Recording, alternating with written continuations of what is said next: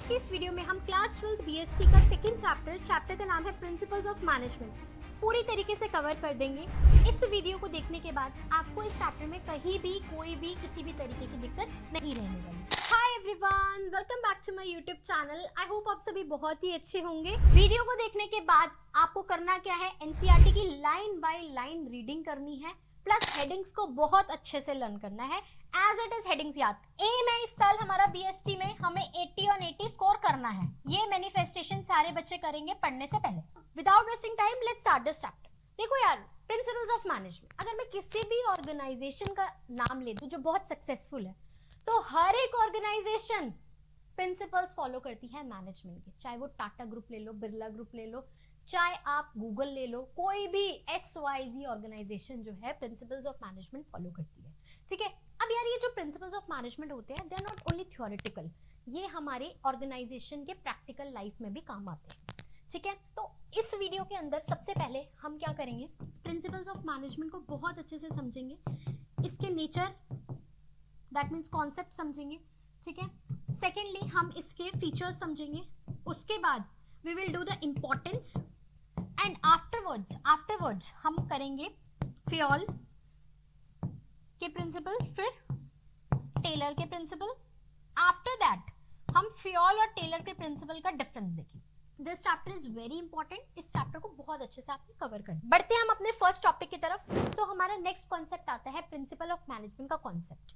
देखो यार, जो प्रिंसिपल्स ऑफ मैनेजमेंट होते हैं ना, they are the general and the broad guidelines, जो कि मैनेजर को हेल्प करते हैं कि किस तरीके से डिसीजन लिया जाए किस स्पेसिफिक सिचुएशन में, उनके बिहेवियर को डायरेक्ट कर। प्लस ये ना एक स्ट्रक्चर्ड अप्रोच प्रोवाइड करते हैं, जिसकी हेल्प से सारे बिजनेसेस जो है ना अपने बिजनेस को बहुत ही स्मूथली रन कर सकते हैं। ठीक है, अब यार ये ना डिसीजन मेकिंग लेने में हेल्प करते हैं, गाइड करते हैं, बट किस तरीके का डिसीजन किस सिचुएशन में लिया जाए ये मैनेजर पे डिपेंड हो। ठीक है, तो ये स्ट्रिक्ट नहीं होते, दे आर फ्लेक्सिबल। जो मैनेजमेंट के प्रिंसिपल्स होते हैं वो फ्लेक्सिबल होते हैं। मान लो कि एक एम्प्लॉय का प्रमोशन करने का डिसीजन लेना है, तो एक मैनेजर कहेगा भाई ये सीनियरिटी के बेसिस पे करते हैं, एक मैनेजर सोचेगा यार उनके मेरिट और परफॉर्मेंस के बेसिस पे करते हैं। तो that means principles of management are not rigid. But अगर मैं साइंस के प्रिंसिपल की बात करूं तो ये रिजिड होते हैं और यूनिवर्सल होते हैं। और मैनेजमेंट के प्रिंसिपल्स यूनिवर्सल क्यों नहीं होते? क्योंकि ह्यूमन बिहेवियर को हम कभी भी प्रेडिक्ट नहीं कर सकते, वो चेंज होता रहता है। जैसे जैसे टेक्नोलॉजी आती है और सिचुएशंस भी अलग अलग होती है, तो सिचुएशंस के हिसाब से और ह्यूमंस के हिसाब से हमें क्या करना चाहिए, मॉडिफाई करना चाहिए अपने प्रिंसिपल्स ऑफ मैनेजमेंट। एग्जांपल, जो भाई गूगल का मैनेजर है वो उस तरीके से प्रिंसिपल्स ऑफ मैनेजमेंट को अप्लाई नहीं करता होगा जिस तरीके से एक लोकल स्टार्टअप वाला है ना। तो ह्यूमन बिहेवियर और टेक्नोलॉजी बहुत डायनेमिक है, चेंज होती रहती है। ठीक है, आज की डेट में जो मैनेजर्स है वो अपनी टीम को कैसे हैंडल कर रहे हैं, आईसीटी के थ्रू ग्लोबली हैंडल कर रहे हैं। बट पहले क्या था, वो बहुत ही छोटी टीम होती थी, उनको फेस टू फेस ही हैंडल कर। तो यहाँ पे टेक्नोलॉजी का मेन खेल है ना। जैसे इन्फोसिस, उनका बहुत ही बड़ा एक कॉन्फ्रेंस रूम होता है जिसमें वो ग्लोबली सारी टीम से कनेक्ट करते हैं, है ना। तो प्रिंसिपल्स ऑफ मैनेजमेंट जो हो एक तरह से गाइडलाइंस होते हैं जिसकी हेल्प से डिसीजन मेकिंग लिया जाता है। जैसे एक प्रिंसिपल ऑफ मैनेजमेंट है यूनिटी ऑफ कमांड। ठीक है, वन बॉस वन रूल। बहुत डीप में आपको आगे पढ़ाऊंगी, आगे वाली वीडियो में, मतलब इसी वीडियो में आगे। ठीक है, इसकी हेल्प से डिसीजन मेकिंग लिए जाते हैं। ठीक है, तो टेक्निक, अगर मैं टेक्निक की बात करूं तो टेक्निक जो होती है ना वो स्टेप बाय स्टेप मेथड्स होते हैं और प्रोसीजर्स होते हैं जिसकी हेल्प से गोल को अचीव किया जा सकता है। जैसे कि अगर मार्केटिंग टेक्निक है कि कैसे भाई हम सेल्स इंक्रीज करें, तो उसके लिए मार्केटिंग टेक्निक लगाते हैं। ठीक है, वैल्यूज क्या होते हैं, एक ऐसा एक्सेप्टेबल बिहेवियर जो सोसाइटी एक्सेप्ट करे, ठीक है, जो सोसाइटी के लिए अच्छा हो। तो ये था हमारा कॉन्सेप्ट। आगे आते हैं हम इसके फीचर्स पे। इसकी जो हेडिंग्स है मैं भी आपको बहुत ही अच्छे से याद कराऊंगी एक स्टोरी लाइन के थ्रू।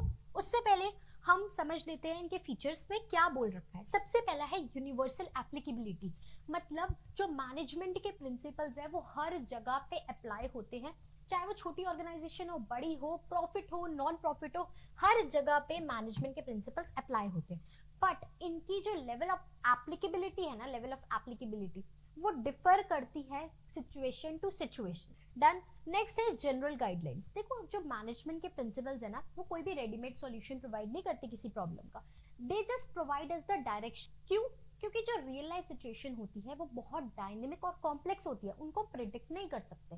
ठीक है, तो अगर एक सॉल्यूशन प्रोवाइड कर भी दिया जाए तो वही हर एक प्रॉब्लम में वो अप्लाई नहीं हो। थर्ड फीचर है form by practice and experiment. देखो, जो मैनेजमेंट के प्रिंसिपल्स है ना वो कोई हवा में नहीं बना दिए, वो प्रॉपर एक्सपेरिमेंट्स और एक्सपीरियंस से बनाए गए हैं, जो कि मैनेजर्स ने खुद से एक्सपेरिमेंट करा है। ठीक है, मान लो मैनेजर्स ने देखा होगा, बहुत सारे मैनेजर्स ने मिलकर देखा होगा कि अगर एक ऑर्गेनाइजेशन में डिसिप्लिन मेंटेन किया जाए तो ऑर्गेनाइजेशन में काम करने वाले लोगों की प्रोडक्टिविटी और इंक्रीज होगी।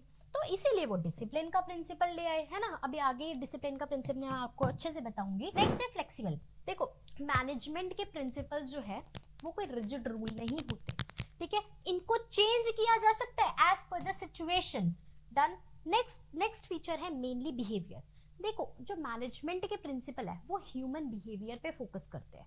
सिर्फ ये जरूरी नहीं है कि हमें कैसे मशीन को, कैसे प्रोडक्ट्स को मैनेज करना है, ये भी जरूरी है कि हमें लोगों को कैसे मैनेज करना है। तो ये जो मैनेजमेंट के प्रिंसिपल्स है वो मेनली बिहेवियरल होते हैं।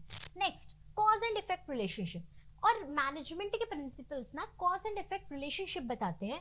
ये हमें बताते हैं कि भाई ऐसी सिचुएशन है तो ये एक्सपेक्टेड रिजल्ट हो सकता है। एग्जाम्पल, अगर एक लीडर अच्छा है तो एम्प्लॉयज हैप्पी और मोटिवेटेड होंगे, तो दैट मीन्स जो गुड लीडर है that is a cause, and employees खुश है दैट इज अ इफेक्ट। ठीक है, और अगर लीडर टॉक्सिक होगा तो एम्प्लॉयज की प्रोडक्टिविटी कम होगी, उन्हें अच्छा ही नहीं लगेगा कंपनी में आने में। ठीक है, नेक्स्ट कॉन्टिंजेंट। कॉन्टिंजेंट मतलब जो प्रिंसिपल्स ऑफ मैनेजमेंट है उनकी एप्लीकेशन डिपेंड करती है सिचुएशन पे। ठीक है, एग्जांपल फेयर रेम्यूनरेशन। अगर एक कंपनी, एक ऑर्गेनाइजेशन चाहती है कि उसके ऑर्गेनाइजेशन में काम करने वाले लोगों को फेयर रेम्यूनरेशन मिले, तो ये भी डिपेंड करती है सिचुएशन में। मान लो एमएनसी है, बहुत अच्छे लेवल की है, तो यार सैलरी अच्छी देंगे। सेकंड, अगर स्टार्टअप है, स्टार्टअप करा है किसी ने, तो कंपैरेटिवली सैलरी लो होगी। तो ये जो है बेसिकली डिपेंड करता है कि किस तरीके से फेयर रेम्यूनरेशन होगी। डिपेंड करता है कि जो मैनेजर है, जो कंपनी चला रहा है, उसकी पेइंग कैपेसिटी क्या है और मार्केट सिचुएशन क्या है। ठीक है, अब इसको याद कैसे करें, इतने सारे फीचर्स है। देखो, uncle Gaga failed because Mohit can't cook. तो ना एक अंकल गागा थे, ठीक है, वो हर जगह अपनी की कोशिश करते थे। ठीक है, हर जगह चलाने की कोशिश करते थे, उन्हें लगता था दुनिया उनके हिसाब से चलेगी। ठीक है, तो दैट मींस पहला फीचर हमें याद हो गया, यूनिवर्सल एप्लीकेबिलिटी। ठीक है, नेक्स्ट बस ज्ञान देते थे, पर जब असली प्रॉब्लम आई ना तो उन्होंने कोई रेडीमेड सॉल्यूशन नहीं दिया। जनरल गाइडलाइंस, यूनिवर्सल एप्लीकेबिलिटी हर जगह अप्लाई होता है, जनरल गाइडलाइंस कोई भी रेडीमेड सॉल्यूशन प्रोवाइड नहीं करता। डन। थर्ड, जब खुद काम किया ना उन्होंने तो वो एक्सपेरिमेंट में फेल हो गए, उनकी फुल बेइज्जती हो गई।